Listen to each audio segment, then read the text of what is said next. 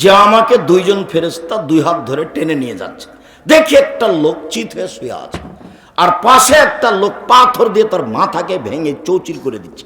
মারলে দূরে ছিটকে চলে যাচ্ছে পাথরটা, আবার নিয়ে আসে, আবার মারে, আবার চলে যায়, আবার নিয়ে আসে, আবার মারে, আবার ছিটকে চলে যায়। আমি এক পর্যায়ে বললাম, বলো তো এটা ঘটনা কি? তখন তারা দুইজন বললেন, জিবরাইল আর মিকাইল দুইজন বললেন যে ইনি হচ্ছেন মাওলানা মানুষ, বলতো আমল করতো না।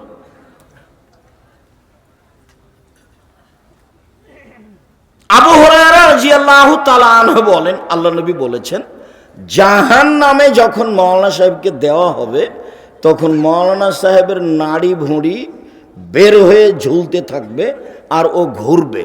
তো জাহান্নামীরা জমা হয়ে বলবে, মালাক আনতা তা'মুরুনা বিল মারুফ ওয়া তানহা আনিল মুনকার, কি ব্যাপার, আপনি তো ভালো কথা বলতেন, মন্দ থেকে নিষেধ করতেন, আপনি কেন এখানে? তখনও বলবে, কি করি, আমি ভালো বলেছি, ভালো করিনি যে।